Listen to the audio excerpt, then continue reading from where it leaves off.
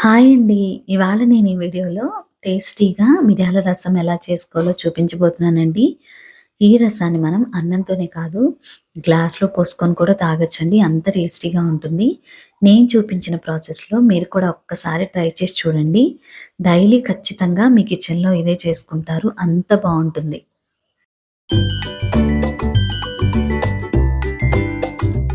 దానికోసం ఒక గిన్నెలో 3 మీడియం సైజు టమోటాలను, అలాగే కొద్దిగా చింతపండు తీసుకొని, ఒక గ్లాస్ వాటర్ పోసుకొని ఉడికించుకుందామండి.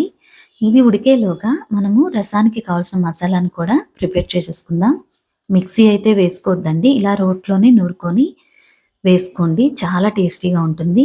దానికోసం 1 టేబుల్ స్పూన్ మిరియాలు, 1 టేబుల్ స్పూన్ కందిపప్పు, అలాగే 2 టేబుల్ స్పూన్ జీలకర్ర, 4 లేదా 5 ఎండుమిర్చిని కూడా అలా తుంచి వేసుకొని మొత్తం అంతా మంచిగా మెదిగేలాగా నూరుకుందాం.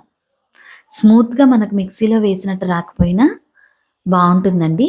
ఇప్పుడు ఒక గుప్పెడు కరివేపాకు, అలాగే 6, 7 వెల్లుల్లిని కూడా వేసి మెత్తగా అలా నూరుకుందాం. ఇప్పుడు ఈ పౌడర్‌ని ఒక బౌల్‌లోకి తీసుకుందామండి. చూసారు కదా! రసం పౌడర్ అయితే రెడీ అయిపోయింది. ఇలాగ మీరు కూడా ఒక్కసారి నూరుకొని రసం చేసుకోండి. చాలా టేస్టీగా ఉంటుంది. ఇప్పుడు ఉడికిపోయిన ఆ టమాటాల్లోంచి వాటర్‌ని సెపరేట్ చేసుకుందామండి. సెపరేట్ చేసుకొని ఒక ఫుల్ గ్లాస్ చల్లని వాటర్ అయితే పోసుకొని ఒక 5 నిమిషాలు పక్కన పెట్టుకుందాం. పక్కన పెట్టుకుంటే టమాటా అనేది చల్లబడిపోతుందండి. ఇప్పుడు మనం ఎంతైతే రసం చేసుకోవాలనుకుంటున్నామో అంత క్వాంటిటీలో ఇలా 2, 3 టైమ్స్ వాటర్ పోసుకుంటూ ఇలా మంచిగా కలుపుకొని మెత్తగా ఆ టమాటాలనంతా స్మాష్ చేసుకొని మనం అది ఫిల్టర్ చేసేసుకొని ఒక బౌల్‌లోకి రసాన్నయితే రెడీ చేసుకుందామండి.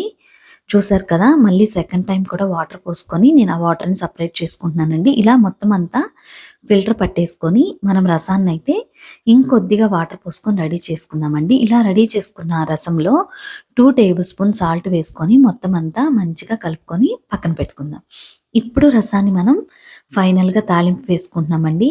ఇప్పుడు ఒక కడాయి తీసుకొని అందులో మనం కొద్దిగా ఆయిల్ వేసుకొని, ఆయిల్ వేడైన తర్వాత కొంచెం ఆవాలు, జీలకర్ర, అలాగే కొద్దిగా కరివేపాకు వేసుకొని మంచిగా తాలింపు వేసుకుందామండి. అలాగే ఇందులో కొద్దిగా ఇంగువని వేసుకుందామండి. ఇంగువ స్మెల్ అనేది రసానికి మరింత టేస్ట్‌ని ఇస్తుందండి. చాలా బావుంటుంది.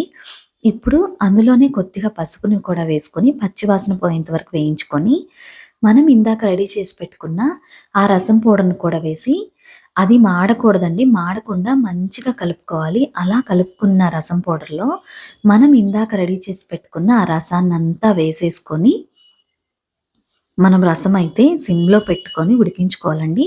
ఇప్పుడు మనం కొంచెం టేస్ట్ చూసుకొని సాల్ట్‌నయితే అడ్జస్ట్ చేసుకోవచ్చు. ఇలా మొత్తం అంతా కలిపేసుకొని కొత్తిమీరని కూడా వేసేసి సిమ్‌లో పెట్టి ఉడికించుకోవాలండి.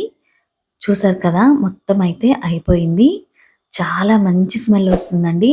అసలు కిచెన్ అంతా స్ప్రెడ్ అయిపోయింది ఆ స్మెల్ అయితే అంత బావుంది. నేను చేసిన ఈ రసము మీకు కూడా నచ్చినట్లయితే ప్లీజ్ సబ్స్క్రైబ్ చేసుకోండి. అలాగే లైక్ చేసి షేర్ చేయండి. చూసారు కదా! రసం అయితే రెడీ అయిపోయింది. వేడి వేడి అన్నంలో ఆమ్లెట్‌తో కానీ, ఆలూ ఫ్రైతో కానీ తింటే చాలా టేస్టీగా ఉంటుందండి. మీరు కూడా ఒకసారి ట్రై చేసేయండి. Thank you for watching.